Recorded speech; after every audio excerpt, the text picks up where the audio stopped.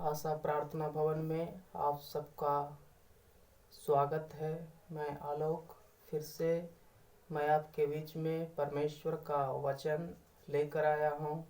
वचन में जाएं इससे पहले आइए हम कुछ क्षण तक अपने आंखों को बंद करेंगे और प्रार्थना में जाएंगे। पिता परमेश्वर, हम आपकी महिमा करते हैं प्रभु जी, इस वक्त इस समय के लिए मेरे प्रभु कि हमारे बीच में जो परमेश्वर पिता इस वीडियो को बढ़वाने में परमेश्वर पिता जो अगुवाई किए हैं मेरे प्रभु जी, हम इन वचनों को जो सीखने वाले हैं और जितने हमारे भाई बहन ऑनलाइन के माध्यम से जो देख रहे हैं परमेश्वर, उन्हें पूर्ण रीति से तो हेल्प कर, सहायता कर पिता। यीशु मसीह के नाम में सारी दुआओं को मांगते हैं, सुने और ग्रहण करें पिता, आमीन।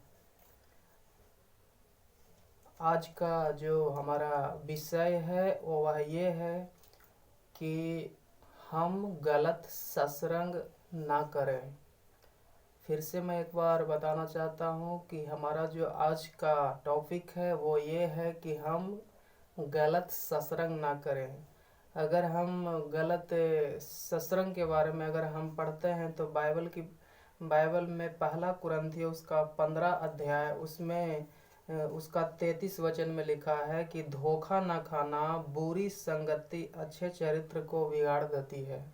वचन कहता है कि धोखा न खाना बुरी संगति जो है अच्छे चरित्र को बिगाड़ देती है। बुरी संगति का मतलब क्या है कि जितने लोग जो हैं, अगर कोई इंसान चोर है तो अगर हम उसके साथ रहते हैं तो हम भी उस प्रभाव से ग्रसित होते हैं और वैसा हम भी काम करने लगते हैं। दूसरी बात है, कोई ज़्यादा मांस खाने वाला हो, अगर हम उसके साथ सत्संग करते हैं तो हम भी दिन प्रतिदिन वैसा बनते जाते हैं।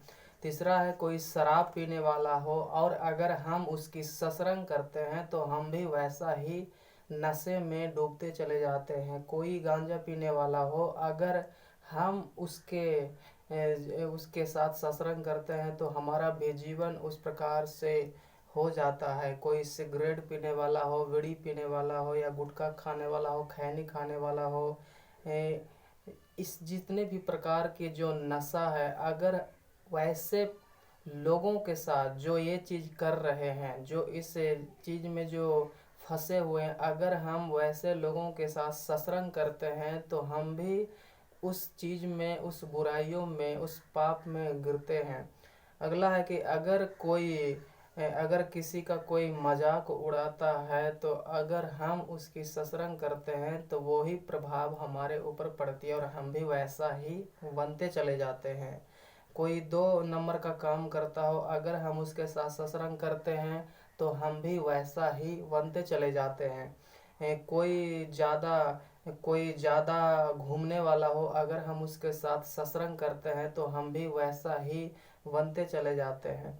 एक इंसान के अंदर जितने भी प्रकार की बुराइयां हैं, अगर वो जो लोग कर रहा है, अगर हम उसके साथ रहेंगे, उसके सत्संग में अगर हम जाएंगे तो हम भी वैसा ही बन जाएंगे।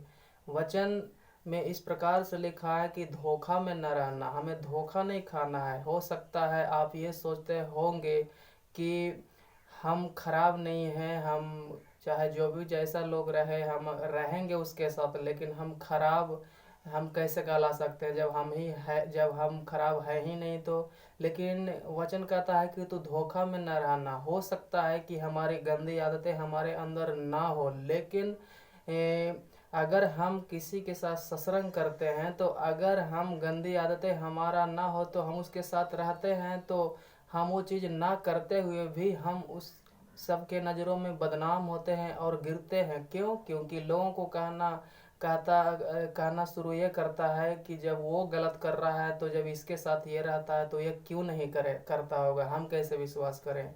मेरे प्रिय भाई बहनों, हम इन वचनों से देखें कि अगर हम किसी भी प्रकार की कोई भी सत्संग में अगर हम पढ़ते हैं तो हम दिन प्रतिदिन बर्बाद होते चले जाते हैं। इसीलिए अपने आप को, अपने बच्चों को, अपने परिवारों को बचाएं और गलत संगतियों से दूर रखें। हम विश्वास करते हैं कि प्रभु इन सारे वचनों के द्वारा आप सबको आशीष देंगे। आमीन।